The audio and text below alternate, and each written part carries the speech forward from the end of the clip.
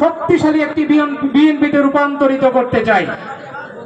বা ফুলবাড়ী উপজেলার অন্য কোন সংগঠন যেন আমাদের ধারের কাছেও চাপতে পারে না, আমরা এটা চাই না ভাই।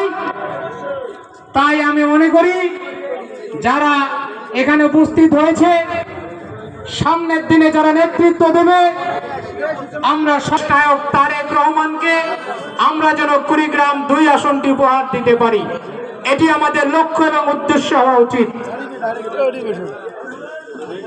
আমরা দীর্ঘদিন যাবৎ বিভিন্ন দলের এমপি দেখেছি এখানে, আমরা দেখতে চাই না।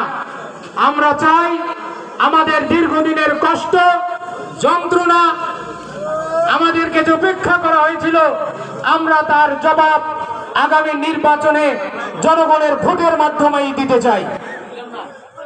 এবং সেই নির্বাচনে কুড়িগ্রাম 2 আসনে দেশনায়ক তারেক রহমান যার হাতে এই ধানের শীষ তুলে দেবে, আমরা তার পিছনে ঐক্যবদ্ধভাবে প্রত্যেকটি পাড়া মহল্লায় গ্রামে গঞ্জে সাধারণ মানুষের কাছে ভোট ভিক্ষা চেয়ে আমরা যেন সেই নেতাকে আমরা মহান সংসদে পাঠাতে পারি, এই উদ্দেশ্য লক্ষ্য নিয়ে আমরা সকলে এগিয়ে যাব, সংযত থাকব, কোন প্রকার অন্যায় জুলুম অত্যাচারে লিপ্ত হব না।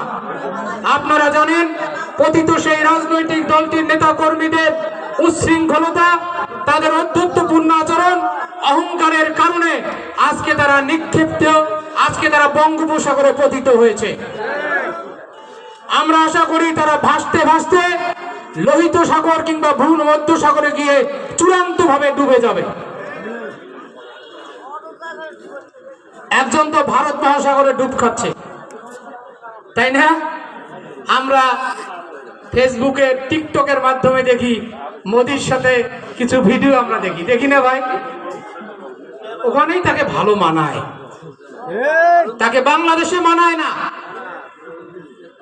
আমরা আগে স্লোগান দিতাম, ভারত যাদের মামার বাড়ি, বাংলা ছাড়ো তাড়াতাড়ি, দিতাম না? অবশেষে আমরা সফল হয়েছি, বাংলা তাদেরকে ছাড়তে হয়েছে, ওই মামার বাড়িতে গিয়ে তাদের স্থান হয়েছে।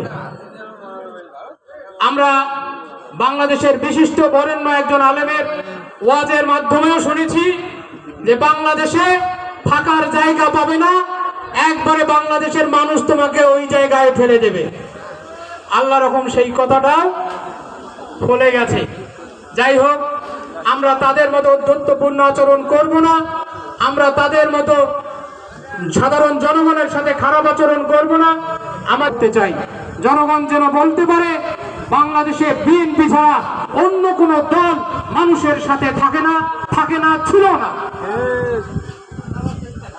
সংগ্রামী ভাইয়েরা, এখন থেকে অল্প কিছু